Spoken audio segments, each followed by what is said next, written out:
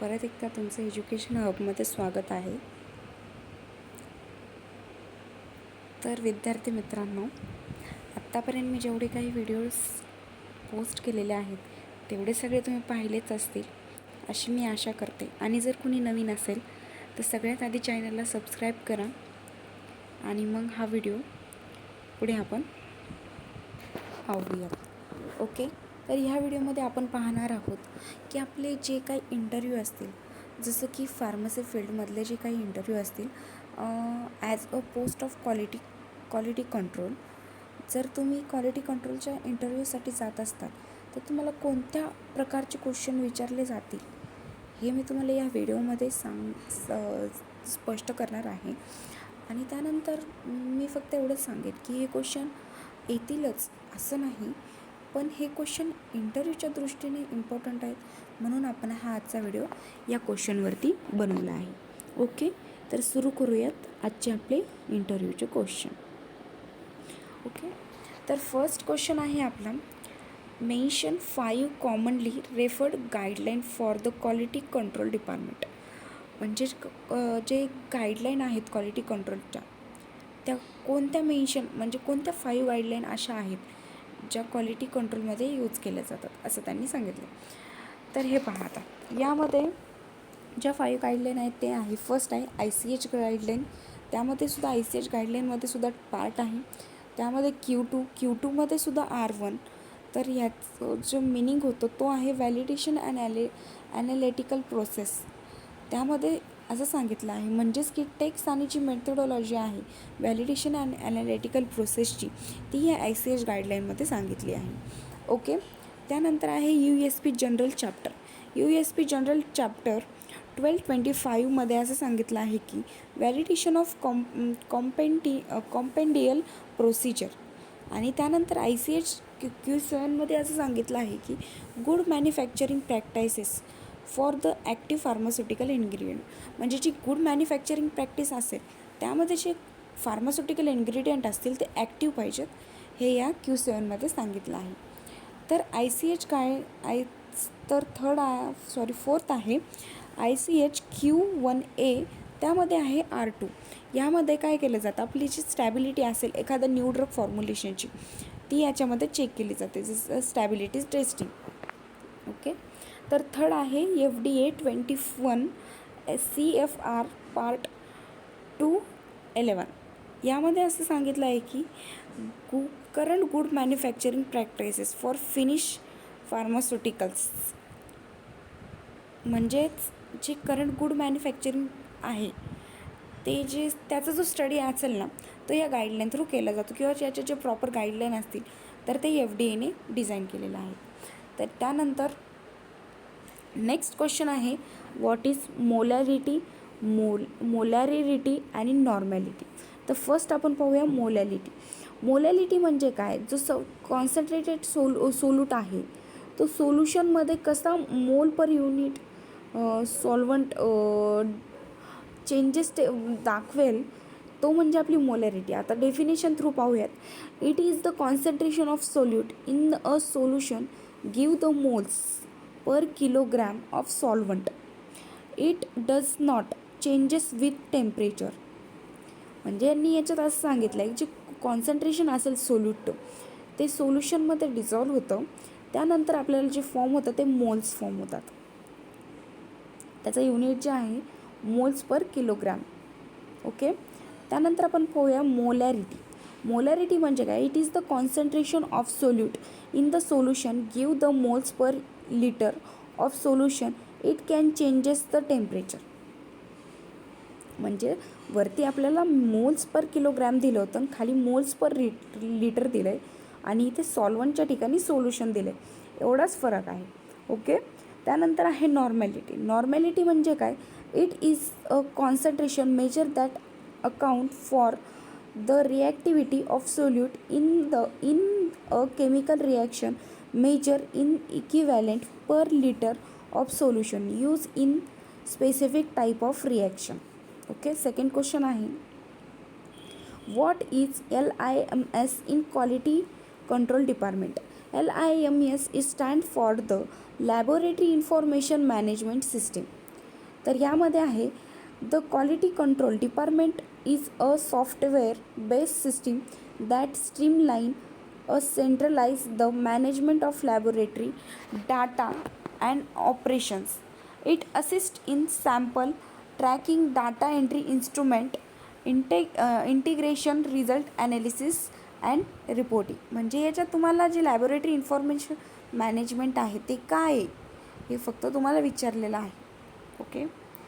त्यानंतरचा क्वेश्चन आहे explain the difference between primary secondary tertiary standard analytical chemistry. तर first आपण पाहूयात प्रायमरी स्टँडर्ड ॲनालिटिकल केमिस्ट्री. त्याच्यामध्ये काय होतं, जे हायली प्युअर कंपाऊंड आहेत त्यालाच आपण कॉन्सन्ट्रेशन असं म्हणतो. त्याच्यानंतर प्रायमरी स्टँडर्ड्समध्ये हे directly for the directly instrument calibration. आणि थर्ड पॉईंट आहे इस्टॅब्लिश ॲक्युरेसी अँड ट्रेसेबिलिटी. त्यानंतर येतं सेकंडरी स्टँडर्ड्स. यामध्ये आहे prepared from primary standards via dilution. आणि सेकंड आहे employ for routine instrument calibration maintenance accuracy over time. टर्शरीमध्ये आहे derived from secondary standard for daily use utilise in routine analysis and quality control ensure consistent measurement in practical work. म्हणजे याच्यामधले जे difference दिलेले आहेत sorry primary secondary आणि tertiary हे जे ॲनालिटिकल डिफरन्स आहेत यातले हे यामध्ये एक्सप्लेन केलेले आहेत. ओके. तर नेक्स्ट क्वेश्चन आहे how do you ensure accuracy and precision in analytical result. त्यामध्ये आहे regular calibration and standardisation of instrument using reference standard conducting replicate analyse to assess precision and consistency. त्यानंतर incorporating quality control sample with known concentration of analytical batches. म्हणजे ज्याच्यामध्ये ते प्रिसिजन्स आहेत analytical रिझल्टचे त्यामध्ये explain केले आहेत. जो रेग्युलर कॅलिब्रेशन असेल किंवा कंडक्टिंग रिप्लिकेशन असेल किंवा इनकॉर्पोरेटिंग क्वालिटी कंट्रोल असेल हे एवढे 3 यामध्ये एक्सप्लेन केले आहेत. तर नेक्स्ट क्वेश्चन आहे आता what is the difference between HPLC and GC. What is mean by HPLC first आपण पाहूयात. हाय प्रेशर लिक्विड क्रोमॅटोग्राफी आणि GC म्हणजे गॅस क्रोमॅटोग्राफी. याच्यामधला आपल्याला डिफरन्स पाहायचा. तर HPLC operate with a liquid phase making it suitable diverse range of compound including a large molecule. On other hand GC employs a gaseous mobile phase and primary use to volatile compound. म्हणजे हेच जे HPLCमध्ये जी mobile phase आहे ती liquid आहे आणि गॅसियसमध्ये जी mobile phase आहे ती volatile कंपाऊंडची आहे. एवढं लक्षात ठेवा. त्यानंतर HPLC can be accumulate large sample volume while GC required smaller quantity due to injection port limitation. म्हणजे जी व्हॅल्यूम सॅम्पलचा जो व्हॅल्यूम असेल तो लार्ज असतो HPLCमध्ये आणि गॅस क्रोमॅटोग्राफीमध्ये त्याची जी क्वांटिटी असेल ती स्मॉलर असेल. त्याच्यानंतर gas chromatography generally more sensitive trace level analysis.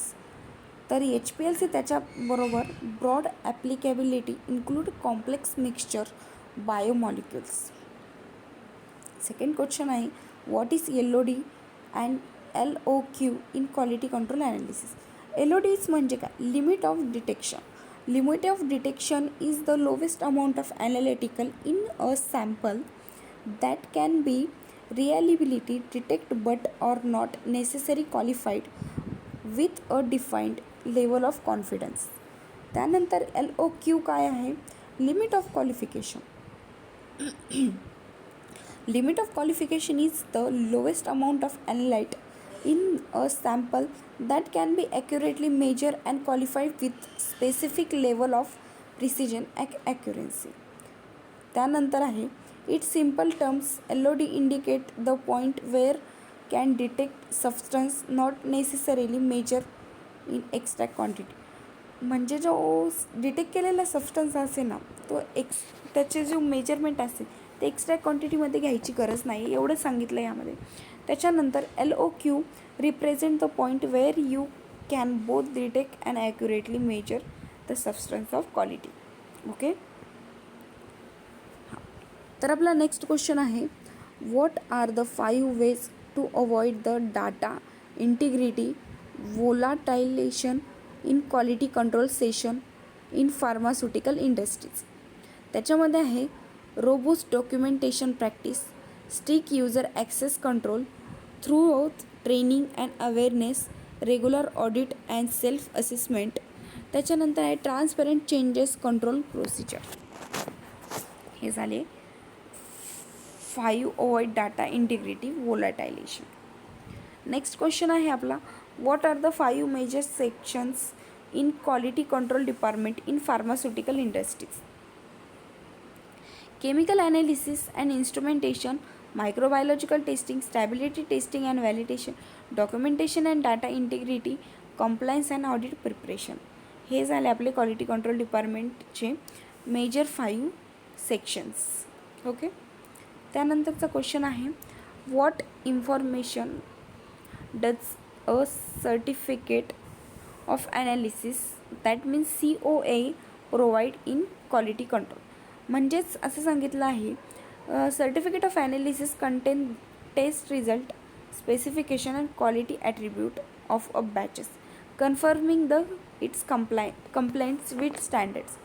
म्हणजे जे सर्टिफिकेट ऑफ ॲनालिसिस आहे त्यामध्ये आपण टेस्टचे रिझल्ट पाहतो, त्याचे स्पेसिफिकेशनसुद्धा पाहतो आणि त्याच्यानंतर बॅच वाईजची क्वालिटी ॲट्रिब्यूट होईल ते सुद्धा आपण ऑब्झर्व करतो. एवढंच सांगितलं या क्वेश्चनमध्ये.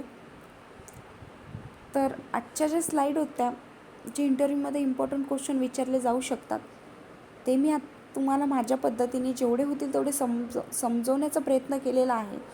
तर तुम्ही अजून काही क्वेश्चन हवे असतील तर मला नक्की कमेंट करा.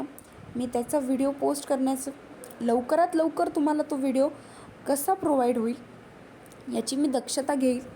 आणि त्यानंतर जर चॅनलवरती नवीन असाल तर सबस्क्राईब नक्की करा. आणि हा व्हिडिओ जर आवडला असेल तर लाईक आणि तुमच्या मित्रांना शेअर नक्की करा. ओके. थँक्यू. तर भेटूया पुन्हा अशाच एका नवीन एज्युकेशनसोबत. ओके. So bye student.